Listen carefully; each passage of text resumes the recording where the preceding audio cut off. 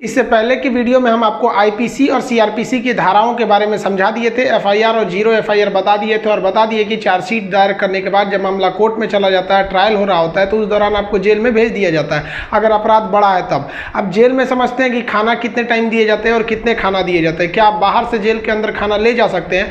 और क्या उम्र कैद 14 साल की होती है और जेल में एक दिन 24 घंटे का न होकर क्या 12 घंटे का होता है? और फांसी की सजा सुनाते दौरान जज कलम क्यों तोड़ देता है? और फांसी से पहले कौन कौन सी ऐसी इच्छाएं हैं जिसे आखिरी ख्वाहिश समझ के पूरी की जा सकती है? देखिए, जो जेल होता है वो राज्य सरकार के अधीन काम करता है और जेल की जो पुलिस होती है वो नॉर्मल पुलिस से अलग होती है। ये इसका प्रशासन पूरी तरह इस जेल प्रशासन के अंदर होता है। इसमें बहुत कम पुलिस वाले होते हैं, जो ज़्यादा मिलेंगे आपको बाहर ही। अंदर पुलिस वाले बहुत कम मिलते हैं। अंदर का जितना काम होता है वो कैदी ही करते हैं। कैदी जब शुरू में जाते हैं तो उन्हें नंबर नहीं दिया जाता है। हाँ, जब उनकी सजा मुकर्रर कर दी जाती है, ज़्यादा दिन की सजा है, तब उन्हें नंबरदार बना दिया जाता है। ऐसे आप जाइएगा 10 दिन 14 दिन के लिए तो नंबर नहीं बनाएगा, ऐसे ही छोड़ देगा। यही कपड़ा पे छोड़ देता है, कपड़ा भी नहीं देगा आपको अलग से। लेकिन हाँ, अगर ट्रायल लंबा चलने वाला आपका, तब आपको नंबर देगा और आपको बैरक बताएगा किस बैरक में। उसमें कई बैरक होते हैं, यानी सेक्शन होते हैं। मतलब खतरनाक वाले को किस साइड में रखना है, जो नॉर्मल आया है पता है, जेलर को पता है कि भाई अभी आया, अभी 7 दिन में चल जाएगा, तो उसको दूसरे बैरक में रखता है। जेल में नाश्ता खाना सब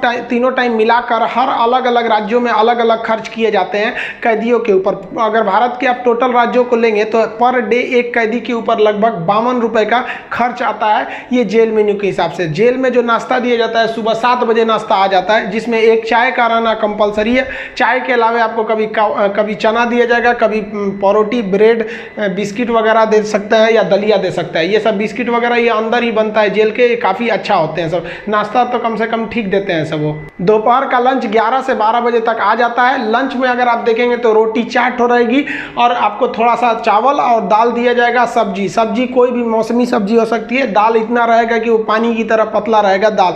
आपको इस पे एकदम हल्का खाना दिया जाता है। रात का खाना भी दिन के खाने के समय सेम रहता है, बट रात के वक्त में चावल आपको नहीं दिया जाता है। रोटी जो दे दिया जाता है वो 6 दे देते हैं, चावल नहीं दिया जाएगा। दाल और सब्जी नॉर्मल टाइप की सब्जी रहती है, जिससे खा के आप बीमार न पड़े। रात का खाना जो है ना, वो शाम 5 बजे रेडी हो जाता है। आपका मन उसी टाइम खाइए या रात 9 बजे खाइए, उससे मतलब नहीं है, वो वहीं दे देगा। रात में खाइएगा तो आपको कोई गर्म करके देने वाला नहीं है, क्योंकि कैदी ही इस खाने को बनाए रहते हैं। इस खाने को जानबूझ के इतना हल्का रखा जाता है, तेल नमक मसाला मतलब एसिडिक चीज नहीं रखा जाता है, मतलब एकदम सादा दिया जाता है ताकि आप बीमार ना पड़े। क्योंकि जेल के अंदर जो हॉस्पिटल होता है बहुत नॉर्मल होता है, थोड़ी बड़ी चीज का इलाज हो सकता है। जेल के अंदर तो कई बार ऐसा होता है कैदियों को खाना सूट कर जाता है, आते हैं दुबला पतला मोटा के चले जाते हैं कैसे कैदी यहाँ से। देखिए, जेल के अंदर उसका अपना कैंटीन भी होता है, जहाँ से आप अपने जरूरत की चीजों को खरीद सकते हैं। जैसे मान लीजिए किसी को एक्स्ट्रा खाना खरीदना है तो वो एक्स्ट्रा ले सकता है, उसे लिखवाना पड़ेगा कि भाई जेलर साहब से कि भैया हमको इतना में पेट नहीं भर रहा, हमको 12 को रोटी दीजिए, तो उसको दे देगा, खाना एक्स्ट्रा दे सकता है।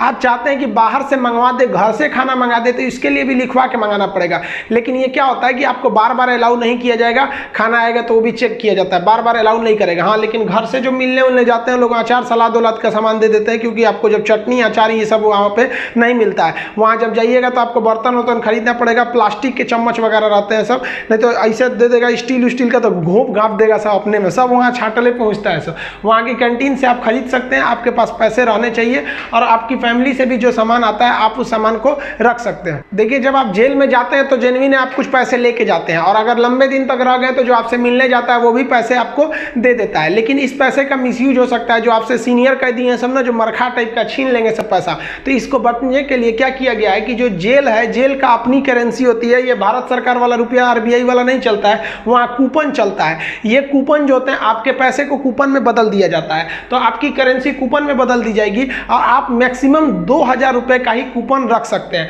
वो कूपन आपको 2 रुपए का मिलेगा, 5 रुपया, 10 रुपया, 20 रुपए का, इसी टाइप का कूपन मिलेगा। ये आपको दिया जाएगा। अब इस पे ना एक विशेष कोड किया जाता है कि भाई आप ही के नंबर का ये रहेगा, आप ही के नाम का, तो दूसरा कोई इसको चला नहीं सकता है कैंटीन में ले जाकर। इसलिए इससे आप आराम से बच सकते हैं। ये रखेगा तो कोई भी चला सकता है। अब 2000 से ज्यादा आप नहीं रख सकते हैं कैश। अगर कैश पकड़ा गया तो जब्त कर लिया जाता है और आपकी सजा भी बढ़ा दी जाती है। हालांकि बहुत से पहुंचने जो जान पहचान वाले कैदी होते हैं सब सीनियर, बहुत व्यवहार बना लेते हैं सब, अंदर बहुत सारी सुविधाएं ले जाते हैं सब। मोबाइल अलाउ नहीं है, फिर भी अंदर मोबाइल मिल जाता है। जेल में आप जाके मिल भी सकते हैं, आप परिजन है तो भी मिल सकते हैं, आप उसके मान लीजिए दोस्त यार कुछ भी आप जाके मिल सकते हैं। मिलने के लिए आपको 2-3 चीजें चाहिए। आपको पहले उस कैदी का नाम पता होना चाहिए, पिता का नाम और किस जेल नंबर में है। इसके लिए आप ऑनलाइन फॉर्म भर देंगे तो आपको नंबर वेट नहीं करना पड़ेगा, नहीं तो वहाँ जाइएगा तो ऑफलाइन में 15 रुपये का पर्ची कटाइएगा तो 3-3 घंटा तो पहले आप ही को लाइन में खड़ा कर देगा और तब आपको मिलाएगा। आप ऐसे बाहर खड़े रहेंगे, अंदर कैदियों का ही एक कमरा होता है, अंदर से उसमें घुसा दिया जाता है, वो अंदर रहते हैं, आप बाहर रहते हैं। यहाँ आप बात कर सकते हैं, यहाँ CCTV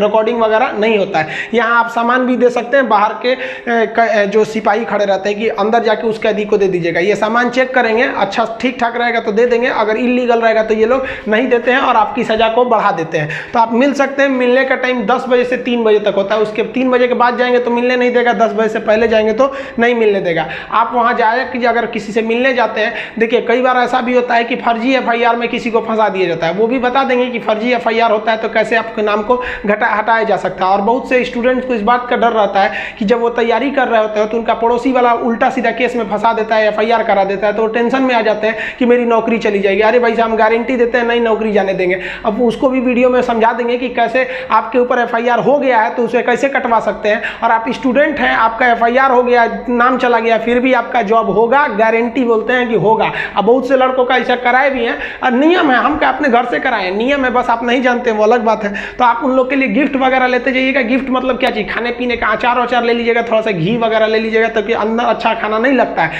बाहर का इतना ज़्यादा आइटम रहता है, अंदर जाके आदमी उब जाता है। हाँ, गुटखा वगैरह नहीं ले जा सकते क्योंकि अंदर जो सफाई का काम होता है वो कैदियों को ही करना रहता है। गुटखा दे देंगे तो खा के थूक देगा। पहुँच वाले सब गुटखा खाते हैं, सब सिगरेट अलाउ है, ये सब चीज़ें अलाउ है, बस गंदगी वाला चीज़ नहीं। हम तो कहते हैं भाई जब हर चीज़ अंदर अलाउ है, बस आपका पहुँच होना चाहिए। अगर आपके पास पैसा और पहुँच है ना तो जेल और बाहर में कोई खास फर्क नहीं समझ में आएगा। ऐसे नॉर्मल वालों के लिए सारे नियम कानून है। अब मिलने का मतलब ये नहीं कि डेली मिलने जा रहे हैं, हफ्ते में आपको 3 बार ही मिलने दिया जाएगा, और बड़ा अपराधी है तो 2 बार, कई को तो हफ्ता में 1 बार अलाउ करता है। अब कुछ ऐसे भी अपराधी रहते हैं बहुत खतरनाक, उनको अलाउ ही नहीं करता है मिलने। तो ऑन एन एवरेज आप हफ्ते में 3 बार किसी जाके मिल सकते हैं। 15 से 20 रुपए की आपको रसीद लगेगी मिलने के लिए। जेल के अंदर स्टडी रूम होता है, वहां जाके आप आराम से पढ़ाई कर सकते हैं। लाइब्रेरी तो इतना अच्छा होता है कि उतना अच्छा इसे आपको नॉर्मल लाइब्रेरी नहीं मिलेगी। आप वहां से अंदर जाके पढ़ाई भी कर सकते हैं। इग्नू से आपको सर्टिफिकेट दे दिया जाएगा, आपका एग्जाम वगैरह भी होगा, आप वहां से पढ़ाई कर सकते हैं। सो जो आप बाहर में पढ़ाई नहीं किया मार काट करके अंदर जाएगा, लेकिन हाँ हम उसमें पढ़ते देखें। जेल के अंदर हर एक कैदी को खुद ही काम करना होता है क्योंकि अंदर सिपाही कम रहते हैं। मार धार करिएगा, खूब पिटा जाइएगा ना तो आके छोड़ा देंगे सब। अंदर शांति से रहना चाहिए। अंदर भी जेल के अंदर भी ना ग्रुप होता है, वो उसके ग्रुप का है, वो उसके ग्रुप का है। अगर आपको ज़्यादा दिन तक रहना है तो ग्रुपबाजी समझ जाइएगा, नहीं तो कुटा के आएंगे। उसमें क्या होता है, माली का काम होता है। जो जेल का कैंपस बहुत बड़ा होता है, जेल छोटा वोटा नहीं होता। अंदर जाएंगे तो एक दूसरे दुनिया है। वहाँ अंदर सब्जी वगैरह बोई गई रहती है, यही सब्जी आपको बनाने के लिए आ जाती है। कुछ अलग से भी सब्जियाँ वगैरह आती हैं, तो इसमें भी काम कर सकते हैं। कुक वाला, खाना बनाने वाले में भी काम कर सकते हैं। सबसे टफ यही काम होता है, सबके लिए खाना बनाओ, वो भी टाइम से बनाओ। यहाँ पर इसके अंदर कुछ फैक्ट्रियां भी होती हैं जहाँ पे आपको सोफा बनाने के लिए आता है, कपड़े सिलने के लिए भी दे दिए जाते हैं सब। और जो होली में जो गुलाल लगाते हैं अबीर, वो भी इसके अंदर पीस के बनाना रहता है। कई सारे काम होते हैं, लेकिन ये जो काम वाला डिपार्टमेंट है ना, फैक्ट्री वाला डिपार्टमेंट, ये उसी को दिया जाएगा जिसको कोर्ट ने सजा सुना दिया है। लेकिन अगर कोर्ट ने आपको सजा नहीं सुनाया, अभी आप पर मुकदमा ही चल रहा है, तो इस पे नहीं देंगे सब, आपको ये सब हल्का हल्का काम कराएंगे सब।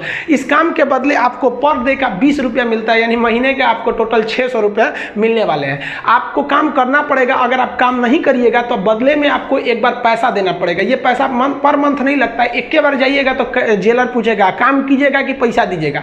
तो जो पैसा देते हैं उसे हाता कहा जाता है। अब ये जो हाता का अमाउंट होता है ये डिपेंड करता है, अलग अलग जेल पे थोड़ा सा डिफरेंट होता है, लेकिन एक ही बार इस हाता को देना रहता है। लेकिन अगर आप काम करेंगे तो अच्छा रहता है। कोशिश करिएगा आप लोग, अगर बाय द वे गलती से चले, देखिए ऐसा नहीं है कि आप मर्डर करके जाइएगा, आपको कभी गलती से भी फंसाया जा सकता है। हम लोग को बड़का कहीं बम फोड़े थे लोग, हम लोग का भी क्या था भाई, स्टूडेंट्स की मांग कर रहे थे लोग, उठा कर डाल दिया उसमें, तो काम का आप कर सकते हैं उसमें। तो ये सब काम थोड़ा सा इजी रहता है। काम का मतलब फायदा क्या होता है कि आपको खाना अनलिमिटेड मिलेगा, आप जितना खाना चाहें खा सकते हैं। और खाने की थोड़ी सी कैटेगरी थोड़ी आपकी अच्छी कर दी जाती है।